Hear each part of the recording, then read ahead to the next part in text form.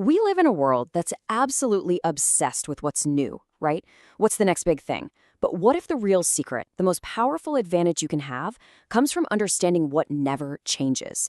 Today, we're going to dig into the timeless truths of human behavior that, believe it or not, shape pretty much everything around us. Okay, picture this. It's 2009. The global economy has just completely fallen apart. And someone asks Warren Buffett how in the world we could ever bounce back. And you know what he does? He tells a story about Snickers. His point was simple but so profound. Yeah, technology, markets, the whole world, it's all in constant flux. But our core desires, our basic behaviors, they're remarkably stable. They're the same as ever.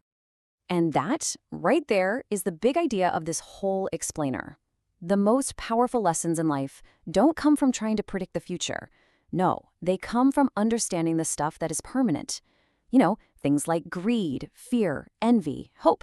These are the engines that have been driving the world for centuries, and you can bet they'll be driving it tomorrow too.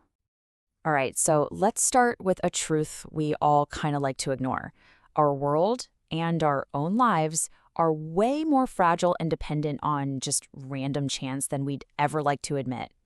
The author, Morgan Housel, shares this absolutely chilling story from his own life. When he was a teenager, he was a huge ski racer. One day, after a massive blizzard, he and his two best friends, Brendan and Brian, did what a lot of thrill-seeking kids would do. They decided to ski out of bounds, ducking under the ropes to get to that fresh, untouched powder. So they have one amazing run, it's totally thrilling, and they manage to hitch a ride back to the top. Brendan and Brian are, of course, totally pumped to go again. But Morgan, for some reason he still can't explain, he just wasn't feeling it. And you know, there was no gut feeling, no voice in his head, no risk calculation. It was just a random whim. He told them, "Nah, I'm good," and said he'd drive around to pick them up at the bottom. His friends never showed up. Later that day, search and rescue found them. A massive avalanche had swept them away on that second run. Morgan realized that his random, thoughtless, meaningless decision to just sit one out was the single most important decision of his entire life. It was a complete fluke that saved him. That story, that's the perfect example of this concept of hanging by a thread. And when you look, history is just littered with these moments. Seriously. The Revolutionary War might have ended differently if the wind had just blown another way. World War I might have been avoided if a ship captain hadn't slowed down. The big takeaway here?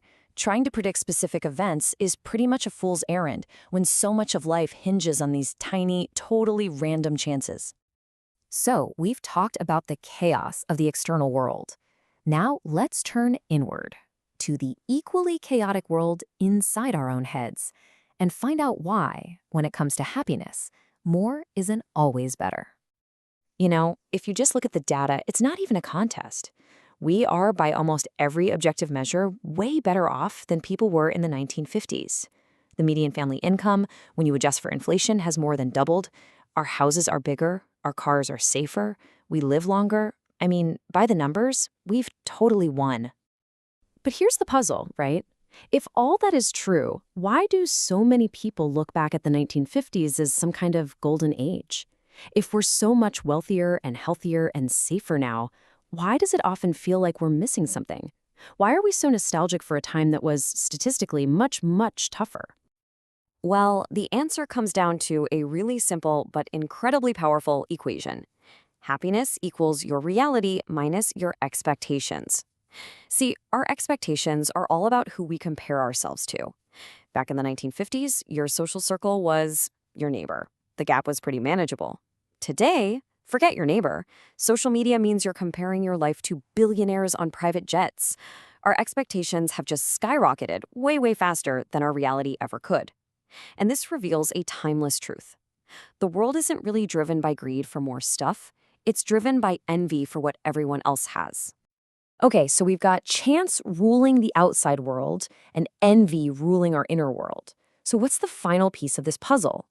It's all about understanding what rules our interactions with each other, the flat-out, undeniable power of a really good story.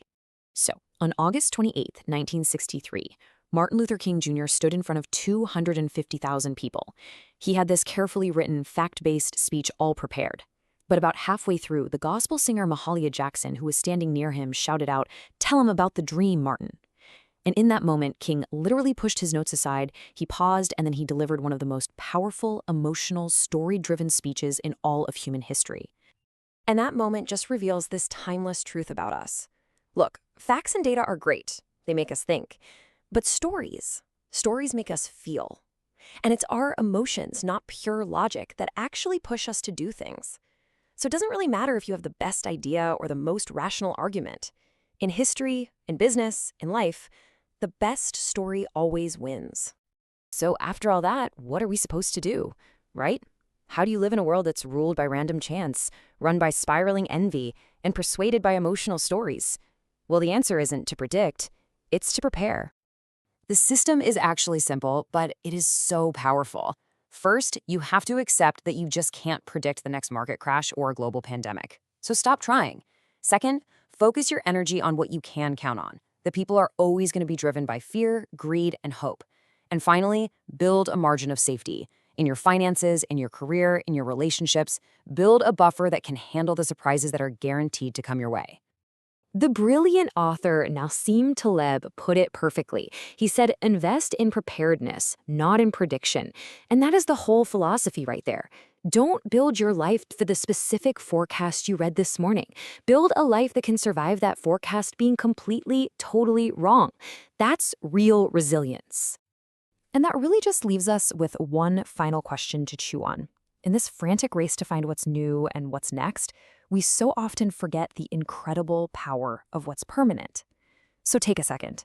Ask yourself, what are these same as ever truths that are really, truly governing your world?